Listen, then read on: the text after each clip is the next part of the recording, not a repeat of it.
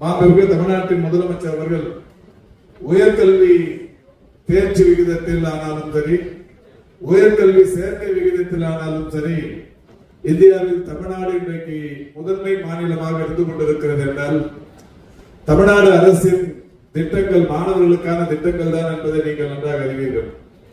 அன்றைக்கினிய மகேஷ் பொய்யாமொழி அவர்கள் எடுத்துச் சொன்னதை போல நான் முதல்வன் என்கின்ற அந்த திட்டத்தின் மூலம் திறன் மேம்பாட்டு பயிற்சி போன்ற பல்வேறு விஷயங்களை எடுத்துச் சொல்லி பல்வேறு வெளிநாடுகளில் பணியாற்றுவதற்கும் பயிற்சி பெறுவதற்கும் அங்கே சிறந்த வகையில் ஆராய்ச்சி கல்வியை மேற்கொள்வதற்குமாக வாய்ப்புகளை ஏற்படுத்தி அதன் மூலம் இன்றைக்கு மாணவ சமுதாயத்தை சேர்ந்தவர்கள் 42 லட்சம் பேர் இந்த அரசினால் பயன்பெற்றிருக்கிறார்கள் என்பது ஒரு மிக சிறந்த ஒரு பாராட்டுக்குரிய ஒன்று. அதே போல்தான் ஜப்பான் டோக்கியோவில் இருக்கிற கியோட்டோ பல்கலைக்கழகத்தில் பயிற்சி பெறுவதற்கும் நம்முடைய மாணவ மாணவர்களை இந்த அரசு அனுப்பியிருக்கிறது. அது மட்டுமல்ல, ஜப்பானில் ஏறத்தாழ ஒரு 20 பேருக்கு ஆண்டோருக்கு 20 லட்சம் ரூபாய் சம்பளத்துடன் கூடிய வேலை வாய்ப்பையும் நான் முதல்வன் பெற்றுத் தந்திருக்கிறது.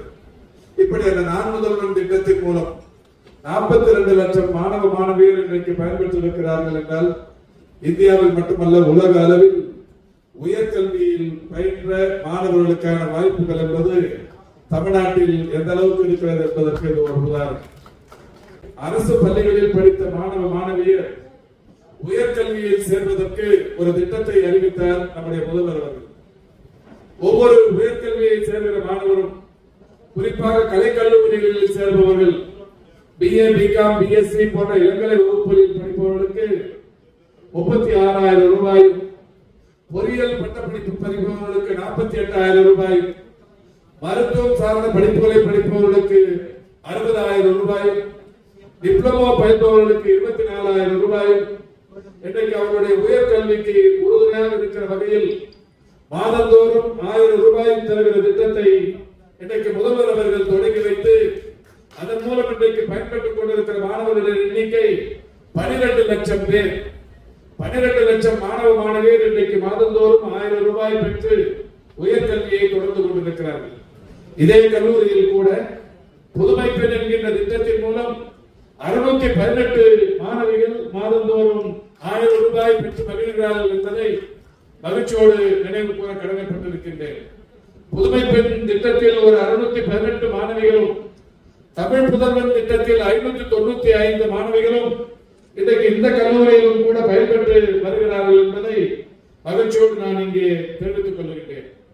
அன்றைக்கு நண்பர் மகேஷ் அவர்கள் எடுத்துச் சொன்னதை போல உலகம் உங்கள் கையில் எனும் திட்டம் மாண்புமிகு தமிழ்நாட்டின் முதலமைச்சர்களால் தொடங்கி வைக்கப்பட்டு 2172 கோடி ரூபாய் மதிப்பீட்டில் 10 லட்சம் கணினிகளை இன்றைக்கு கல்லூரி மாணவர்களுக்கு தரும் இந்த அற்புதமான திட்டத்தை தொடங்கி வைத்தார்கள்.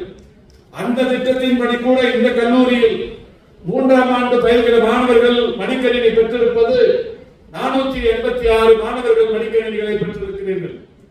அதேபோல் 2ஆம் ஆண்டு படிக்கிற மாணவர்கள் 396 பேர் என்கின்ற வகையில் இந்த கல்லூரியில் மட்டும் 882 பேர் மாண்புமிகு தமிழ்நாட்டின் முதலமைச்சர் அவர்களின் அந்த உலகம் உங்கள் கையில் என்கின்ற திட்டத்தின் மூலம் மடிக்கணினிகளை பெற தகுதி படைத்தவர்களாக அறிவிக்கப்பட்டிருக்கிறது. இதை சொல்வதற்கு காரணம் அது வெறும் மடிக்கணினி மட்டுமல்ல. உங்களுக்கு நன்றாக தெரியும், மடிக்கணினி என்கின்ற அதோடு சேர்த்து சர்டிபிசிட்டி என்கின்ற ஒரு டூலையும் அதில் இணைத்து அந்த சர்டிபிசிட்டி நீங்கள் வெளியில் மாதந்தோறுமான தவணை சந்தா பெற வேண்டும் என்றால் 1950 ரூபாய் செலவாகும்.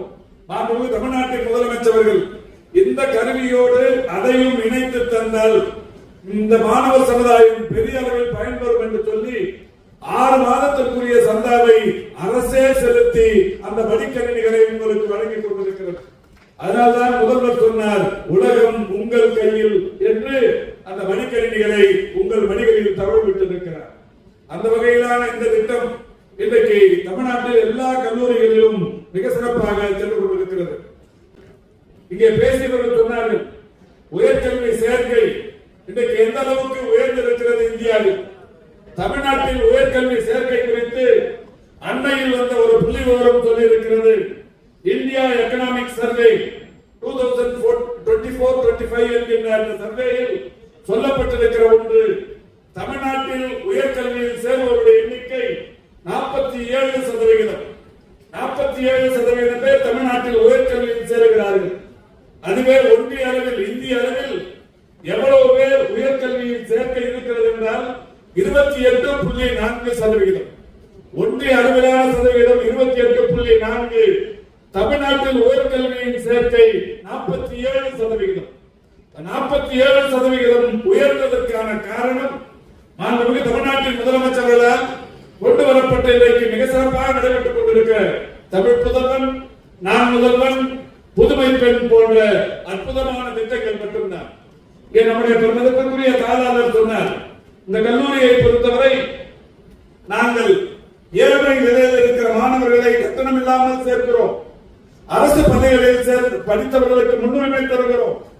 தமிழ் கல்வி பயின்றவர்களுக்கு நாங்கள் முன்னுரிமை தருகிறோம். 3 விஷயங்களுக்கு முன்னுரிமை தருகிற கல்வி நிர்வாகமாக இது இருந்து கொண்டிருக்கிறது. ஒன்று, வறிய நிலையில் இருப்பவர்கள், தமிழ் வழி கல்வி பயின்றவர்கள், அரசு பள்ளிகளில் பயின்றவர்கள். இப்படி இந்த 3 சமூகத்தினரையும் ஒரு கல்லூரி நிர்வாகத்தில் சேர்க்க முடியும் என்றால் அது இந்த காயிதே மில்லத் கல்லூரி என்கின்ற வகையில் இந்த கல்லூரியில் அது இன்றைக்கு சாத்தியப்படுத்தப்பட்டிருக்கிறது.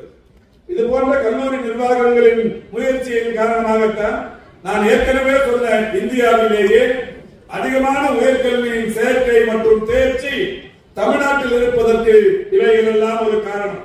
இது மட்டுமல்ல, இன்னொரு சிறப்புக்குரிய காரணம், மாண்புமிகு தமிழ்நாட்டின் முதலமைச்சர் அவர்கள் அரசு பள்ளிகளில் படித்த ஏழ்மை நிலையில் இருக்கிற மாணவ மாணவியர் 7.5% இடஒதுக்கீட்டை கொண்டு வந்தார்கள். மருத்துவம், பல் மருத்துவம், சட்டம், வேளாண்மை, மீன்வளம் போன்ற பல்வேறு தொழில்சார் படிப்புகளுக்கு 7.5% இடஒதுக்கீட்டை தந்து அவர்களுக்கு கல்வி கட்டணம் இலவசம், விடுதி கட்டணம் இலவசம், உணவு கட்டணம் இலவசம், இப்படி எல்லா விதமான கட்டணங்களையும் இலவசமாக்கி இன்றைக்கு உயர்கல்வியில் அரசு பள்ளிகள் கிராமப்புறங்களில் படித்த மாணவர்களுக்கான ஒரு வாய்ப்பை ஏற்படுத்தி தந்து கொண்டிருக்கிறார். அதனால்தான் இந்தியாவிலேயே உயர்கல்வியின் சேர்க்கை என்பது தமிழ்நாட்டில் 47% உயர்ந்திருக்கிறது.